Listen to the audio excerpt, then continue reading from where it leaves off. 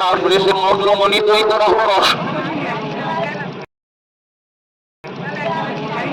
সর্বভারতীয় তৃণমূল কংগ্রেসের প্রার্থী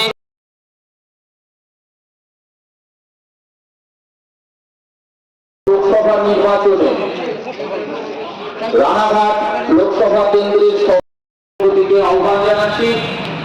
ইতিমধ্যেই আমাদের এই পদযাত্রায়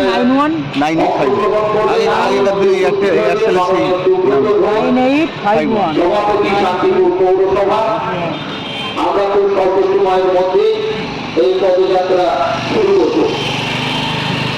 আগামী 13ই মে লোকসভা নির্বাচন, এই নির্বাচন ভারতীয় তৃণমূল কংগ্রেসের প্রার্থী ডাক্তার মুকুটমণি অধিকারীর সমর্থনে পদযাত্রা। এই পদযাত্রা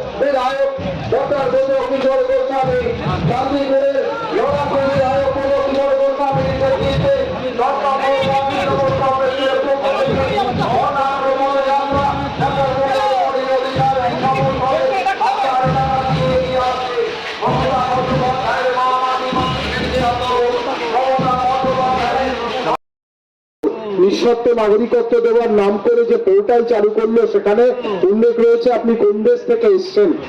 বাংলাদেশ পাকিস্তান না আফগানিস্তান, তাই সেখানে নিঃশর্ত নাগরিকত্ব থাকলো না। তাই এই সমস্ত অঞ্চলের মানুষজনদের যে নিশ্চিত ভবিষ্যৎকে অনিশ্চয়তার পথে ভারতীয় জনতা পার্টি নিয়ে যাওয়ার চেষ্টা করছে, তার বিরুদ্ধে মমতা বন্দ্যোপাধ্যায়ের আন্দোলন। নিশ্চিতভাবে আমরা আগামী দিনে পৌরসভার তরফ থেকে এবং বিধানসভার তরফ থেকে উন্নয়নের আরো অনেক গাড়ি সাজিয়ে নিয়ে আপনাদের কাছে আসব। কিন্তু মনে রাখতে হবে, একজন মানুষ গ্যাসের দাম 500 টাকা থেকে 1000 টাকা করেছেন, আর একজন লক্ষ্মীর ভান্ডার 500 থেকে 1000 করেছেন। অর্থাৎ গরিব খেটে খাওয়া মানুষদের কথা বলার জন্য তৃণমূল কংগ্রেস দল সব সময় আপনাদের সঙ্গে রয়েছে, আপনাদের পাশে রয়েছে। আপনারা এই লোকসভা নির্বাচনে এই ওয়ার্ড থেকে আমাদের প্রার্থী ডক্টর মুকুটমণি অধিকারীকে আগামী 13 তারিখ ইভিএমের 4 নম্বর বোতাম টিপে বিপুল ভোটে জয়যুক্ত করুন। আগামী দিনে এখানে রাস্তা বলুন বা যে কোনো বৈদ্যুতিক সমস্যা বলুন, যদি আমার কাছে আপনারা আসেন বা পৌরপতির কাছে যান, নিশ্চিতভাবে আমরা দলীয় তরফ থেকে আপনাদের এই উন্নয়ন করে দেবো। এইটুকু কথা আমি এত লোকের সামনে দিয়ে যাচ্ছি। কিন্তু তার জন্য আপনাদের জোড়া ফুলের প্রতীকের প্রার্থীকে বিপুল ভোটে জয়যুক্ত করাতে হবে। এটুকু হিসেবে বার্তা রাখবো যে আপনারা একবার ভাববেন যে মমতা বন্দ্যোপাধ্যায় আছে বলে গরিব মানুষের কথা বলার লোক আছে, যিনি মাসে 500 টাকা বাড়িয়ে আমাদের সহযোগিতা করছেন। মমতা বন্দ্যোপাধ্যায় আছে বলে পেট্রোল ডিজেল কেরোসিন দামের প্রতিবাদ হচ্ছে। মমতা বন্দ্যোপাধ্যায় আছে বলে আমরা নিশ্চিতভাবে শান্তিতে রাতে ঘুমোতে পারছি। তাই এই মানুষটার পাশে থাকুন, আগামী দিনে সোনার বাংলা গড়তে আমাদের সহযোগিতা করুন। মামাটি মানুষ জিন্দাবাদ, মমতা বন্দ্যোপাধ্যায় জিন্দাবাদ, আমার নেতা অভিষেক বন্দ্যোপাধ্যায় জিন্দাবাদ। এবং আগামী দিনে যাতে মমতা বন্দ্যোপাধ্যায়ের নেতৃত্বে আমাদের পৌরসভার চেয়ারম্যান এবং বিধায়কের নেতৃত্বে এখানে উন্নতি এগিয়ে যায়, সম্প্রীতি বজায় থাকে, এই আহ্বান সকলের কাছে রেখে আমার বক্তব্য শেষ করলাম। জয় হিন্দ, বন্দে মাতরম। তৃণমূল কংগ্রেস জিন্দাবাদ, মমতা বন্দ্যোপাধ্যায় জিন্দাবাদ, অভিষেক বন্দ্যোপাধ্যায় জিন্দাবাদ।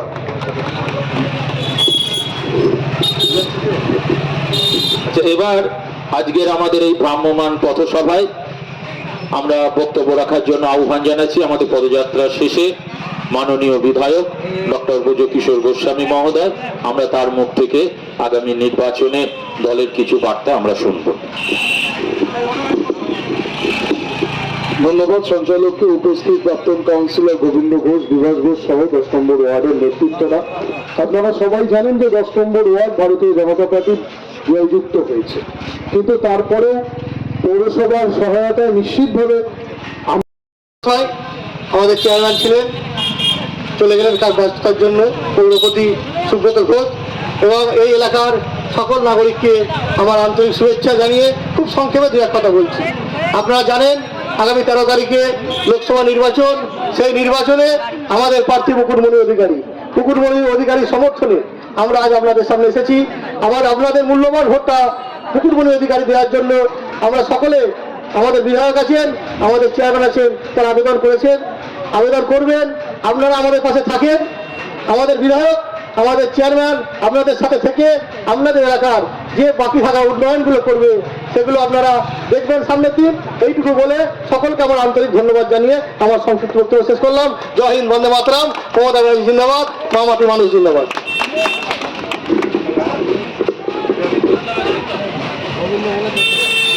এবার আজকের এই পথসভায় আমি আমাদের আর এক প্রাক্তন কাউন্সিলর বিভাস ঘোষকে খুব সংক্ষিপ্তভাবে দু একটি কথা বলার জন্য অনুরোধ করছি।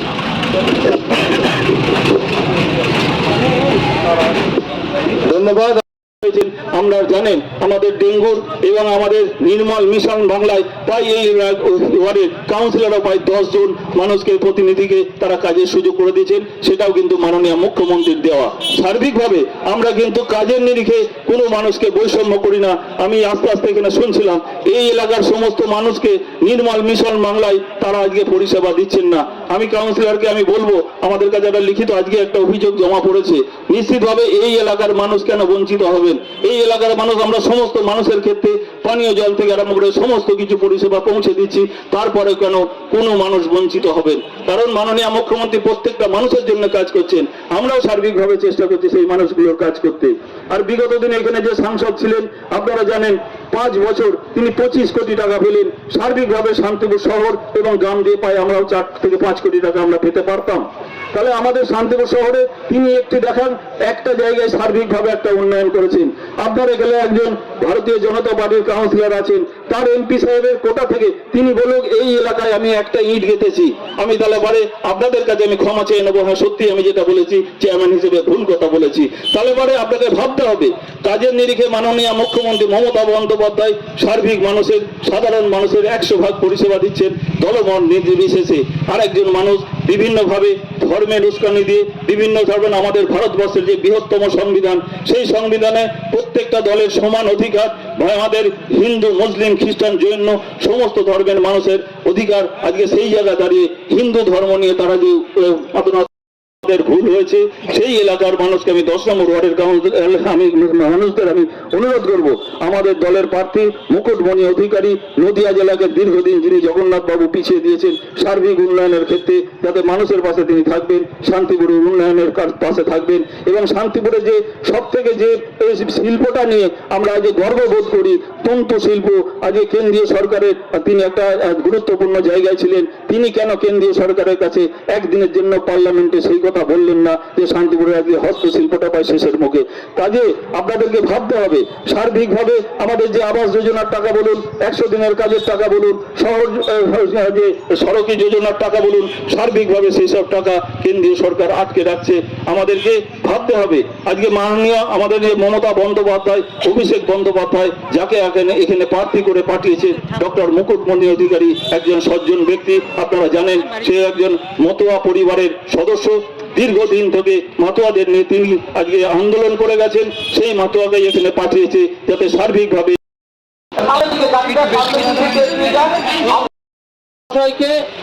তার বক্তব্য রাখার জন্য আহ্বান জানাচ্ছি। আমাদের দলের প্রার্থী সর্বভারতীয় তৃণমূল কংগ্রেসের প্রার্থী ডক্টর মুকুটমণি অধিকারীর সমর্থনে আজকে 10 নম্বর ওয়ার্ডে তৃণমূল কংগ্রেসের উদ্যোগে একটা সুন্দর ঐতিহাসিক পদযাত্রা তারা আজকে অনুষ্ঠিত করেছেন। আমি এই এলাকার সমস্ত মানুষকে অনুরোধ করব, আগামী 13ই মে যে লোকসভা নির্বাচন, আমাদের দলের প্রার্থী ডক্টর মুকুটমণি অধিকারীকে কেন আপনারা ভোট দেবেন। কারণ আপনারা জানেন এটা লোকসভা নির্বাচন হলেও বর্তমানে এই একটা প্রতিশ্রুতি তারা রাখতে পারলেন না।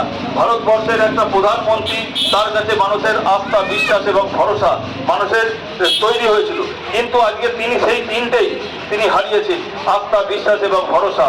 আজকে গরিব মানুষগুলো কিভাবে তারা চলবে, তাদের কিভাবে অর্থনৈতিক অবস্থা দিন দিন আজকে আপনারা দেখছেন যেভাবে দ্রব্যমূল্য বৃদ্ধি হচ্ছে, স্বাভাবিকভাবে একটা আপনারা দেখেছেন আমরা যে মশলাগুলো ব্যবহার করি সেই মশলার ওপর জিএসটি চাপানো হচ্ছে এবং যেখানে হীরের ওপর জিএসটি তুলে দেওয়া হচ্ছে। তাহলে গরিব মানুষের মধ্যে, গরিব মানুষগুলোর যাতে আজকে অর্থনৈতিকভাবে তারা আরো দুর্বল হয়ে পড়ে সেইভাবে যা কাজ চলছে।